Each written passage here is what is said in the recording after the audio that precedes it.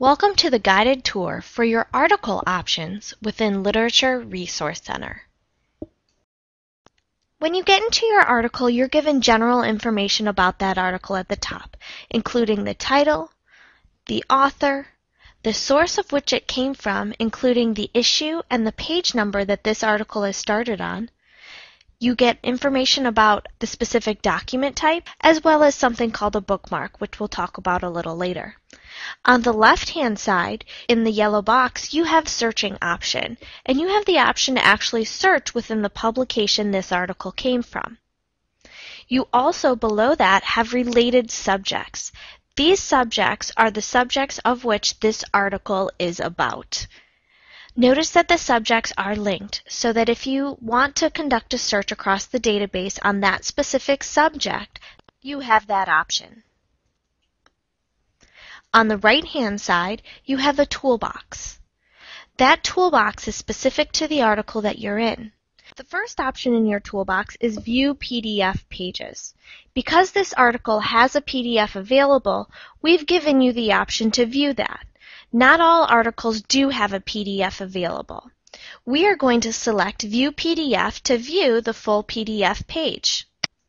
As you see here, this article looks exactly like it does coming from the actual publication, just like we went up to the photocopier and copied it out. You do have the option to print and email as well as download this article. However, it does open up in a new window, so when you're done reading the article in the PDF format, you simply close the window out. The next tool in your toolbox is called Print Preview.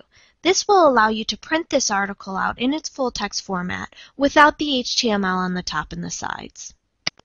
As you see here, it is the full text of the article. To print this article out, simply go up to the File menu and select Print.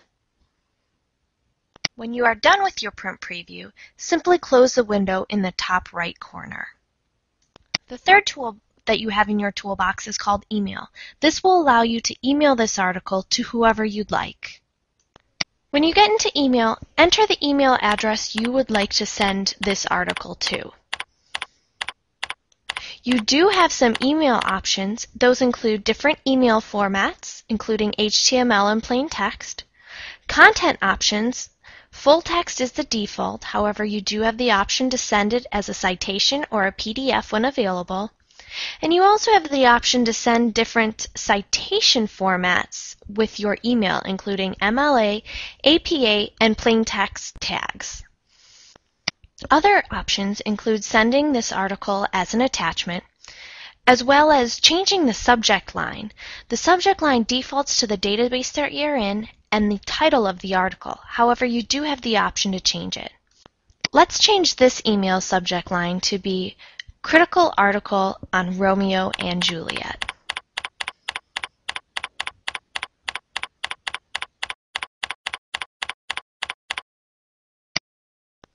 You also have the option to include a sender email address so that the person who receives this email knows who it's coming from.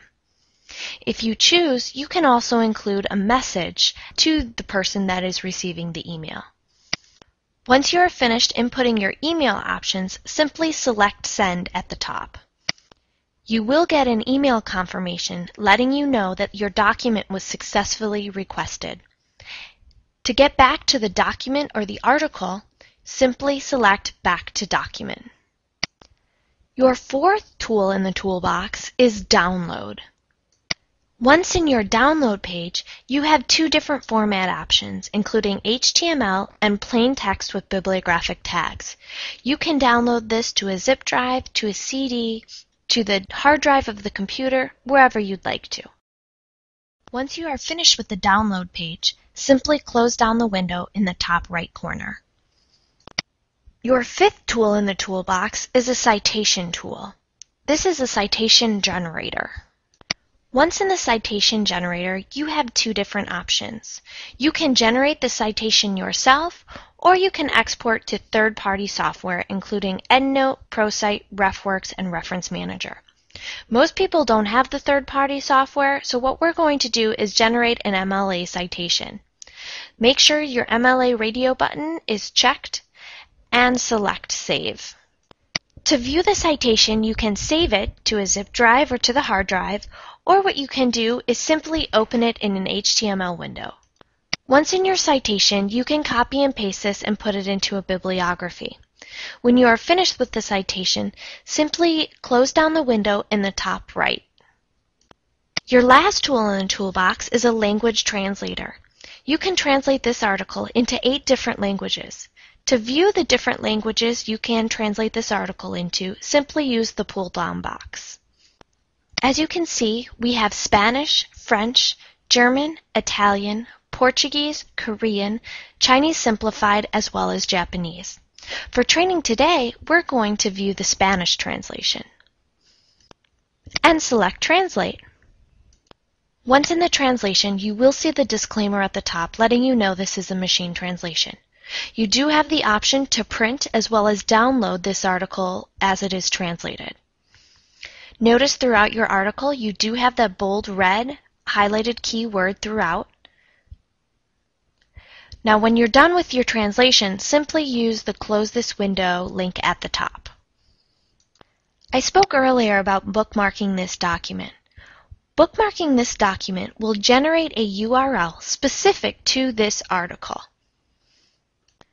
You have the option to copy the URL at the top and put it into your library website or maybe a course syllabus to direct your patrons or your students directly to this article.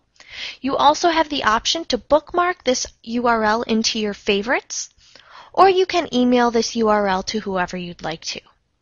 Once you are finished with the bookmark, simply close down the window in the top right.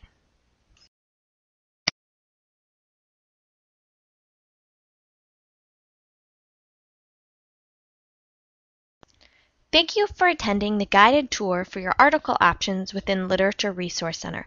I hope it was helpful for you. Happy searching!